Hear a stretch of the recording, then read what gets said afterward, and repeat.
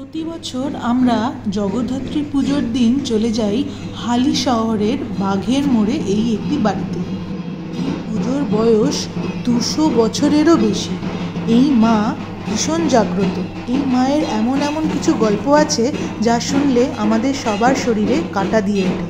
আমি সেই ছোট্টবেলা থেকে এখানে যাই। এই মা না টানলে কেউই কিন্তু এই পুজোতে গিয়ে মায়ের দর্শন করতে পারে না। বাড়ির এই জগদ্ধাত্রী পুজো 3 পুরুষ ধরে চলে আসছে। প্রতি বছরই পুজোর আগে মা ভক্তদের স্বপ্নে এসে তার পুজোয় ঠিক কিসের প্রয়োজন তাদের কাছ থেকে চেয়ে নেন। সেই মতোই ভক্তরা ভক্তি ভরে মায়ের কাছে আসেন, দর্শন দেন, পুজো করেন। তবে এই গ্যারেন্টি আমি দিতে পারি, মন থেকে যদি মায়ের কাছে কিছু চাও, মা কিন্তু কাউকে ফেরায় না। এই মা যে কী জিনিস, যে একবার আসবে সে বারবার বুঝবে। সেই 200 বছরের আগে স্বপ্নে দেখা মায়ের রূপ প্রতি বছর সেই একইভাবে চলে আসছে, তার কোনো পরিবর্তন নেই।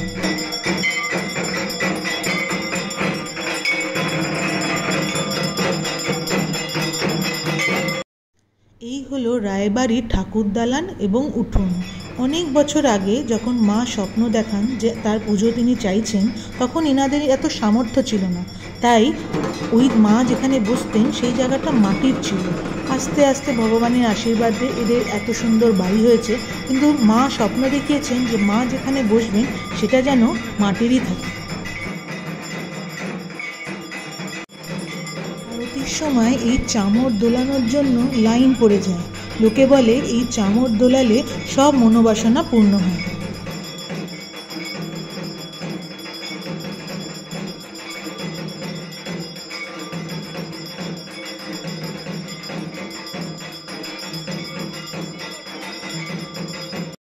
ঠাকুরমশাই তখন সন্ধি পুজোর আয়োজনে বসেছেন।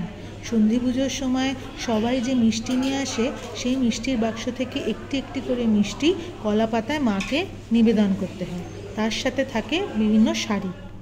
হালি শহর থেকে ফিরে এসে আমাদের হাউজিংয়ের জগদ্ধাত্রী পুজো আমরা এনজয় করলাম। কি অপূর্ব হয়েছে না মায়ের সেই রূপ। রাতে আমাদের ভোগ আয়োজনের একটা ব্যবস্থা করা হয়েছিল। আমাদের হাউজিং কমপ্লেক্সে এই মাঠে সব রকমেরই পুজো হয়, তাকে সুন্দর করে লাইটে সাজানো হয়েছে। এই হলো আমাদের পাড়ার প্যান্ডেলের রূপ।